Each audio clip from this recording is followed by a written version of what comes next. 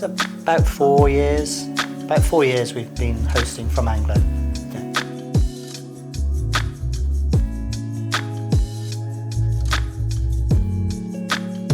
We've had about 9 so far from They've Saudi Arabia, Turkey, Libya, Libya, yeah, Switzerland, Swiss, and Japanese.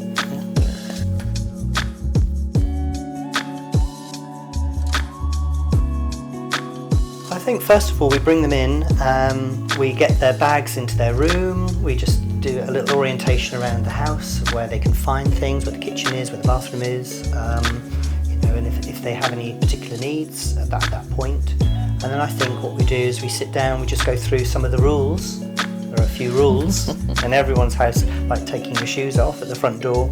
And then we'll really try and settle them in so that they understand where we are, where our house is in relation to the school, and how easy it is to get to the school using public transport. So we give them a little map, a little orientation. We exchange phone numbers as well, so if there are any difficulties, they know they can contact us and we'll be there for them. And I think on their first day at school, we drive them to the school so they know where it is, and on the way we point out all the bus stops so they know how to get home. And then we cross our fingers.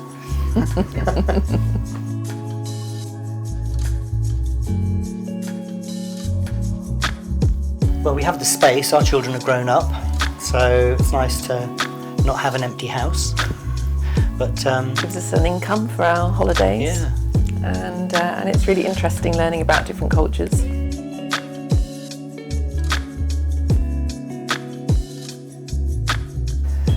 I think one of our long-term students was here about 5 or 6 months, and so we got to know him really, really well. And he came with me to visit my father, who lives on a longboat, which is on a canal. And so we went for the day, and we got on the boat, and we took it up a flight of locks, which are within a canal situation.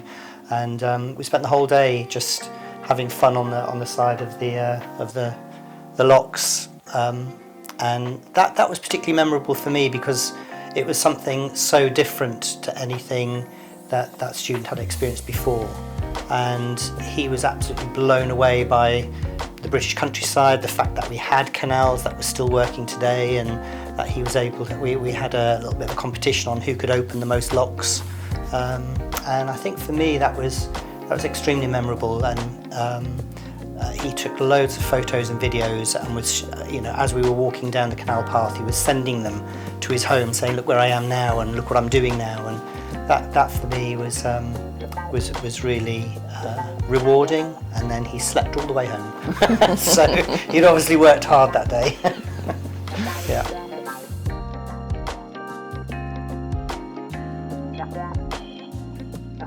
Some do.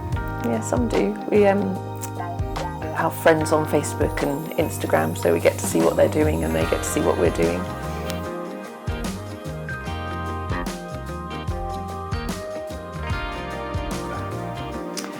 I think certainly we found that they like to come back from school and quiz us on things that they've been learning.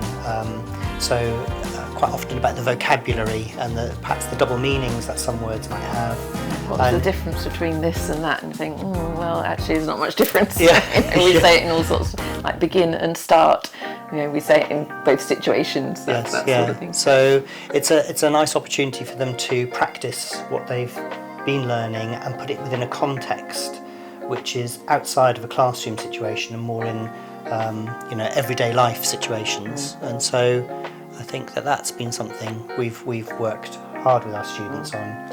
And they get to do other experiences. If they're staying in a hotel, they wouldn't be going off to, spend a day with the canals and then going through locks. So it's the other experiences as well, I think.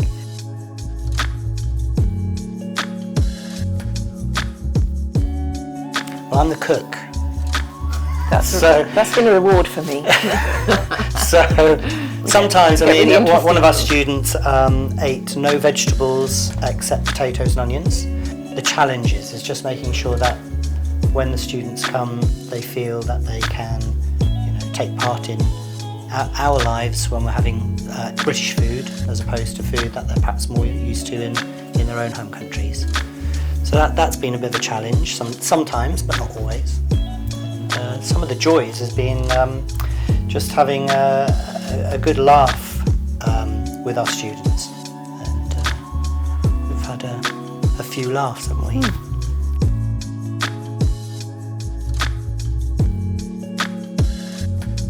Oh, I think it's been brilliant support. In our case, we've only had the need to contact Anglo on a couple of occasions just to clarify points. And when they've been ill a couple of times, haven't they? Yeah. And a couple of issues in COVID. Yeah. So we found that there's always been somebody like 24/7 who's available for us to seek advice from and gain support from. And I think that's been, for us, it's been a relief that there is somebody literally at the end of the phone who can answer our questions. Even though we kind of think we're kind of experienced in having students, sometimes we need to go to ask, for a little bit more help and support, and we get it. So that's great.